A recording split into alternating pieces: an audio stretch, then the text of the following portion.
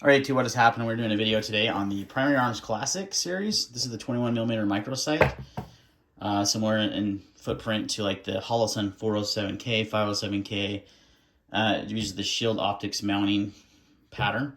So I've had this on my Palmetto State Armory micro dagger for a few months now, and put about 1,000 rounds roughly through it. Hard to keep track, but I've shot quite a bit with it on the gun, and I wanted to do a video on it today because to me it has a fatal flaw, so to speak. Now, let's remember it's a $150 optic, so I'm not expecting it to perform like a Trijicon or a Holosun even, but it does have a flaw that I think you should know about, and I think it's important to know that it's not really something that you should have on a carry pistol.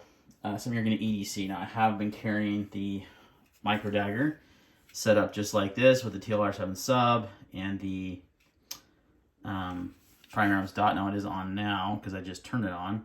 But before starting this video, I had this in a bag, like a sling bag, and it was off. So that's the actual flaw. It has been super durable, like shooting it, haven't had any issues, haven't lost zero. It zeroed really easily. In fact, I think it was on the box. I like how low it mounts on the gun. I like the aesthetics of it. It's got a good brightness in daylight shooting. I haven't had any issues, really, in about 1,000 rounds. But the one issue that could be really, really bad is that it has an auto shut-off feature. Now, I've seen a lot of reviews on this and a lot of comments, hey, is it auto shut-off? Everyone said, no, it's auto on. That is not correct. I will put in a chat with Primary Arms themselves here in a second, part of the video, showing my chat with a agent from Primary Arms. They had a tech confirm it does have an auto shut-off feature. Okay, that is a no-go for a concealed carry optic, unless it's going to have like a shake-to-wake setting. They do offer some that do that. The RS10, RA15 have auto live, they call it. I don't know if that's the same footprint. I'm not familiar with those optics. That's just what the rep was telling me. So in comparison, my Holosun 407 or 507K on my 365 Spectra comp, you can see that it's super dirty, but the dot is on. You'll be able to see that, right? It's so hard to get dots. Yeah, you can see the dots on. Dots on, never turns off. EPS carry on my Max Macro, my EDC, you can see the dot is on, no problem. They never turn off unless you physically turn them off or the battery dies, one of the two. So I thought maybe it's the battery. It does have a bottom-mounted battery, so you do have to remove the optic to change the battery, which is, not a good feature. But for the price point, I'm not surprised by that, and I like how slimline and small the optic is. I will say it does offer a kind of a little bit of a co-witness, not a full co-witness.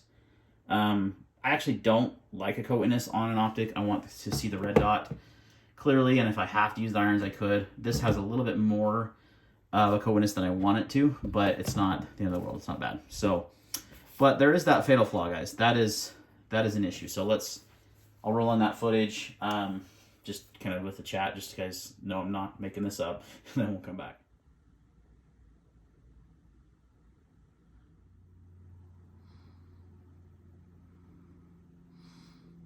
All right, so you saw there that that is an auto shut-off feature on this optic. So I wanted to make this video just to kind of clarify. There's been some information out there that's not correct. That's all over YouTube. So this is not, in my opinion, an optic I would carry. I won't carry it anymore. I'm going to replace this optic with a Holosun just because Holosuns are tried and true. I had zero issues ever with Holosun on all the different Holosuns I've had, and I've had pretty much every one of their micro dots and the larger RMR footprint dots. No issues whatsoever, so I will be switching to that. I just want to make this video, but again, I want to make it clear that this is a $150 optic. So what is it good for? It would be good for just a range toy. Like if I only shot this at the range, didn't carry it, that's fine. I don't mind turning my red dot on every time to use it, right? Not a big deal. But in a carry situation, and you have to utilize your carry pistol, God forbid, the chances are very slim, but if you do, you want that optic on. You want it ready. You want it ready to go. You want it to be working, not have to, excuse me, bad guy, let me go ahead and switch my optic on so I can, get a good sight picture on you. Like, you don't want that. So that's not why we carry red dots. We carry red dots so they're ready to go if we need them. So it's a little disappointing, but for 150 bucks, I can't complain too much. I'll probably throw it on like a little 22 or something. I don't have a 22 pistol. I'll find something to throw it on. Not the end of the world. Could be good as like a secondary optic, 45-degree mount kind of thing, because I don't mind having to turn that on a rifle. But yeah, just not an EDC option, guys. Thanks for watching, and we'll see you. Oh, and before I finish the video, I should say, I also looked up the manual, which is right on the Primary Arms website. I'll link in the description. And you can see that there is no mention of auto shut-off anywhere on there. So it's kind of if it's going to have that feature, they should probably advertise it that it's there, because I know people are probably buying this as a good option, a budget option if you're on a budget for an optic. Here's what I'm going to say. Spend a little bit more money, 200 bucks. You can get a 407K for probably 200 bucks.